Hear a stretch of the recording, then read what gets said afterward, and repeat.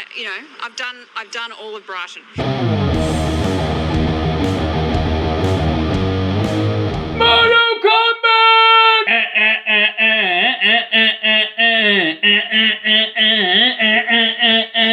Hello there, you loose units, and welcome to another episode of Spicy Boy Reviews. I'm, of course, your host, Andrew Iles. Hope you've been well, hope you've been looking after each other, pulling your heads in and all that jazz. Welcome to another episode. Here we are. And first of all, I'd like to say a big thank you to my subscribers. Yes, that's right, we've hit 100 subscribers. Thank you so much to all of you who have subscribed. And welcome and thank you to new subscribers, potentially and hopefully, today. Okay, we're here. We're just going to get straight into it. A review of a movie that, I was a little excited about, but I'm going to talk about it anyway. So let's just jump straight into it. Here we are going to review the movie Mortal Kombat. Cage fighter protagonist, Cole Young, is sought out to join Earth's greatest champions in order to stand against the enemies of Outworld.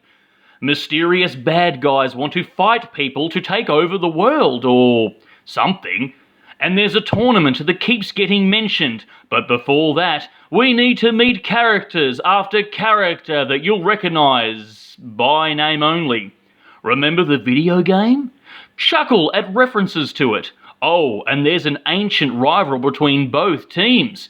It's high-stakes battle for the universe, apparently, in Mortal Kombat. That's it, that's a synopsis for Mortal Kombat. The reboot, remake, reimagining, whatever the hell you want to call it. It's directed by Simon Coyd, I'm just going to say. I don't know if this is how to pronounce his name, but that's how I'm going to say it today. And he's directed this movie, and that's it. That's all he's directed. I did a little bit of research online trying to find what else he's directed. I think a short film, and that's fucking it. I mean, this is a bit of a franchise, Mortal Kombat, you know, video game and movie, and animation-wise. Whose dick did this guy have to suck to get this fucking gig? Good on him, I suppose. Now, the Mortal Kombat game holds a very special place in my heart.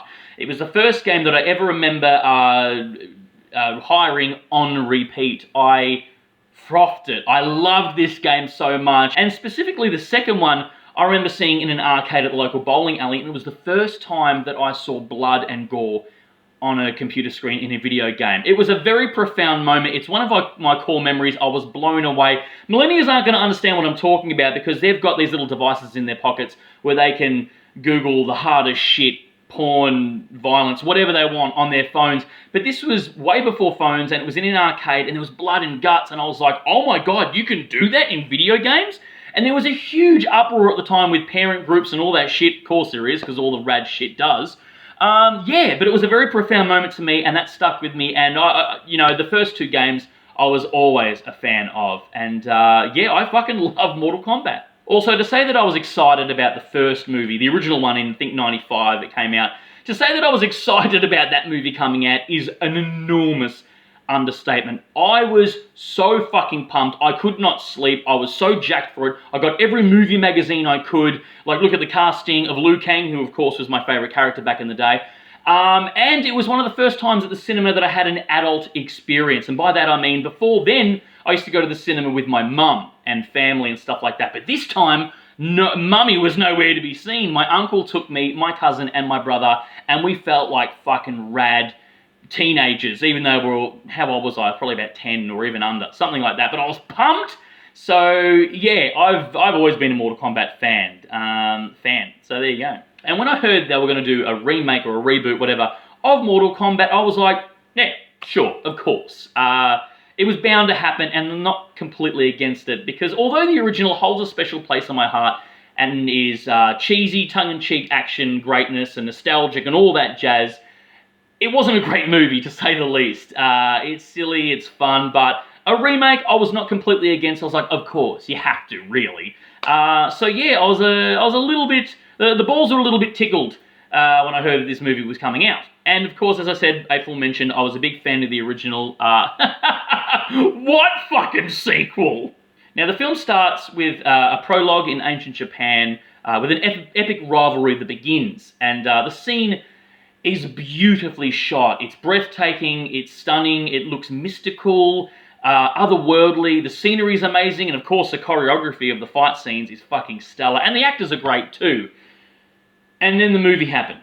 We're introduced to Cole, who is a cage fighter. Fuck do I know if he's in the games or not. I'm not 100% sure if this Cole character is, but he's our protagonist. He's our window into the film, I suppose. We're looking through him, I guess. Charisma? Fuck all if you ask me. But who needs it when you've got fan favourites to rely on and giggle with glee when the names are mentioned on screen? Now, Cole is, as I said, an MMA fighter, and he's recruited to fight alongside Earth's mighty heroes to take on the bad guys of Outworld, as it's been foretold to him. And he has a birthmark, which is in the symbol of the Mortal Kombat, the little dragon in the circle and stuff like that. And all these Earth's mighty heroes have one. And so they've been chosen, I suppose, or their bloodline, or who fucking knows, but they've all been chosen from the Earth realm to fight the Outworld realm. Apparently there's a tournament that happens every so often, and the bad guys from Outworld have won it 9 years in a row, and the good guys need to win the 10th because of reasons. I don't know if what happens at the 10th, they get like a gift package or a basket. Oh, fuck if I know, but they need to win the 10th because the world's fate depends on it, because of course it has to. So, which is cool. A tournament is mentioned. There's going to be a tournament. Great. I can't fucking wait for that to happen. Let's get through all this epic stuff first, and let's get to this fucking tournament. Each introduction to a character begins with a fight scene, because it has to. Because it's Mortal Kombat. Which is fine, okay? It's fucking based on a fighting video game. But it gets tiresome after a while. As soon as, like, oh, here's a character. Fight, fight, fight, fight, fight. Oh, you're not my enemy. Here's another character. Fight, fight, fight, fight, fight. Oh, you're not my enemy. Just fucking get on with it! The special effects in this movie are really good, though, I have to admit. Top notch, A+, 100%. If nothing else, it looks like the money was well spent on the special effects. It looks great. And the choreography as well. Well done. The actors are meh. They're okay. I think it suffers from a shonky script. The dialogue's pretty shithouse. But until Kano rocks up, played by Aussie favourite Josh motherfucking Lawson. And can I say, every scene that Josh Lawson is in, he fucking steals. This guy is a powerhouse of comedy. We already knew that in Australia, but to see him on the big screen doing that as the character of Kano, well done. He had me fucking chuckling every word that came out of his mouth. Well, I'll tell a lie, not every word. There was a couple of forced jokes there, but fuck it, everything else was great. His character was kind of like a Boomerang character from Suicide Squad, except funnier. Much funnier. So good. Alright, we've been introduced to all the characters now. Where's the tournament? It's coming, yes, the tournament. Wait, there's still more characters to introduce, and some exposition dump to do. And hey, look, Liu Kang rocks up, my childhood favourite. That's fucking good. He's a pretty good actor, the guy who plays him. Good stuff. And then, okay, tournament now. Then we get a training montage, because of course we fucking do. I just want the tournament. Bring on the tournament. The structure of this film is a cock tease, okay? And the same way it feels very much structured, almost identical actually to Power Rangers 2017, if you remember that movie. It's build up, build up, build up, build up, build up, and you're like, is there going to be a payoff? We've got about 25 minutes left of this runtime. Where's the fucking tournament? Like I said before, this is exposition city up in this bitch. Okay, we get exposition dump after exposition dump after exposition dump. Right before the final fight scene and just after the final fight scene. It's like, ugh! It's just, this film feels like it has to be so epic, you know? Nothing about Outworld interests me, and the characters I couldn't give a shit about. Yes, they're recognisable by name only, I suppose, but let's get to the fucking tournament. I want to see two people enter a cage or a circle or a fucking sword pit, and then one leave, and then getting to Shang Tsung, the end guy. That's what I want to see. Where is that movie? Now, we're supposed to relate to Cole. Again, I don't know if he's in the video games. Maybe. I stopped paying attention after, I think, Mortal Kombat 3. But, like, the reason he's just straight into it. The reason he's trying to fight for the world and he's recruited and cares, I suppose, because he's got a family, a wife and a daughter who pops up at the start and the end, and that's it. Like, who gives a shit? They're just fucking handballed out of the movie pretty fucking quickly. I don't care. Like, I don't care about this lead character, and I don't care about the majority of the characters in this. I just want to see some fucking fighting, which we do get, and the choreography is amazing. But just bring on the fucking tournament. The only two characters that I actually gave a shit about was Sub-Zero and Scorpion. They're really good. As I said, they're, spoiler alert, that's the epic rivalry that begins at the start, is those two in ancient Japan, and then at the end, they have a fight scene together, which is, they bookend the movie, really, and they were the two most interesting characters, because there was stakes there. There was a real-world rivalry, not trying to save the world, even though they kind of were. It was a personal rivalry, I suppose. I'm going to spoil exactly how, but, you know, it's a personal rivalry, and I gave a shit about those two, and they had the fucking coolest-looking costumes. They always did in the video games.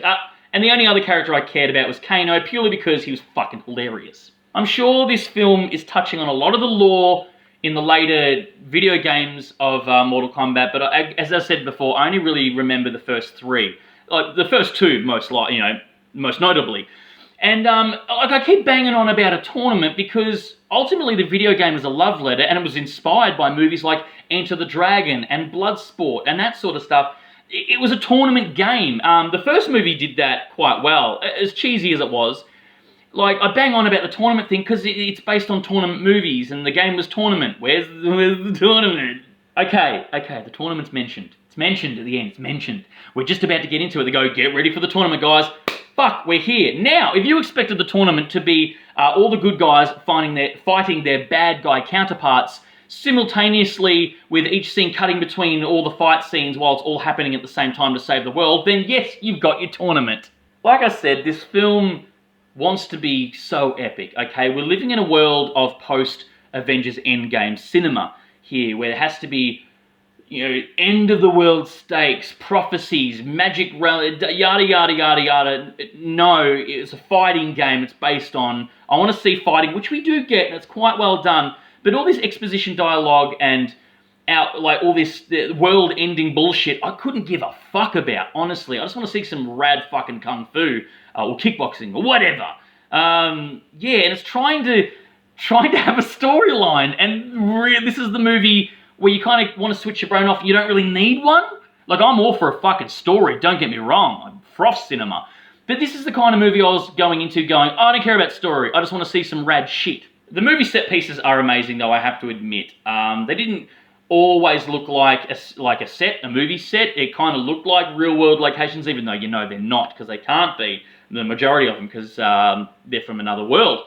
But they look good. Again, the choreography's great. The lighting's great. The directing's pretty good, too, even though this guy's really done not much.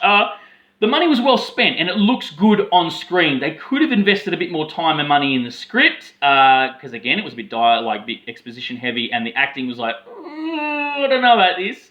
But the film does look expensive. It looks like it got a lot of funding, so it's pretty to look at. It's fair to say that I wasn't head over heels with this film. It had great fighting, like I said. It looked good, blah, blah, blah, blah, blah. And the best part about it, or the best character, was definitely Kano, played by Josh Law. So, it's okay. I'm sure fans of the later games would love this. And it probably explores the lore that I'm unaware of and all that stuff. But, I just wanted a tournament fighting movie, which it wasn't. I suppose that was my fault with an expectation. But I just wanted something more simple. Something more, not necessarily silly, but something just so you can switch your brain off and fucking less story. That's one. I don't really say that very often, but I would actually appreciate less story. Also, this movie is rated R, and rightfully so. It does use its R rating quite well. It swears like a sailor, like myself, and it's pretty fucking brutal violent. I have to admit, a lot of gore. A character at one point even getting sawed in half, and you see it all. Not really spoiling anything there, but it's very bloody, very gory, and so it should be. Like I said before with the whole Mortal Kombat games were pretty fucking violent. They copped a lot of flack for it, but here we are in 2021, looking at it on the big screen with a lot of blood and gore and fight scenes, and I dug that. Guys, that's my review of Mortal Kombat. Would I recommend it? I guess, sure. It's better than half the crap that I've seen this past year. But again, I would have appreciated less story. That's it. That's all from me. You're going to see it regardless anyway. It's Mortal Kombat. Yeah, again, thank you to the subscribers, all 100 subscribers. Thank you very much, and welcome and thank you to the new ones. Write down below, what is your favourite video game adaptation? Yeah, or what's your favourite Mortal Kombat game? There is a buttload out there. As always, thank you. Please give this episode a like, and if you haven't already, subscribe and join the 100 people that have. And as always, stay spooky, kids.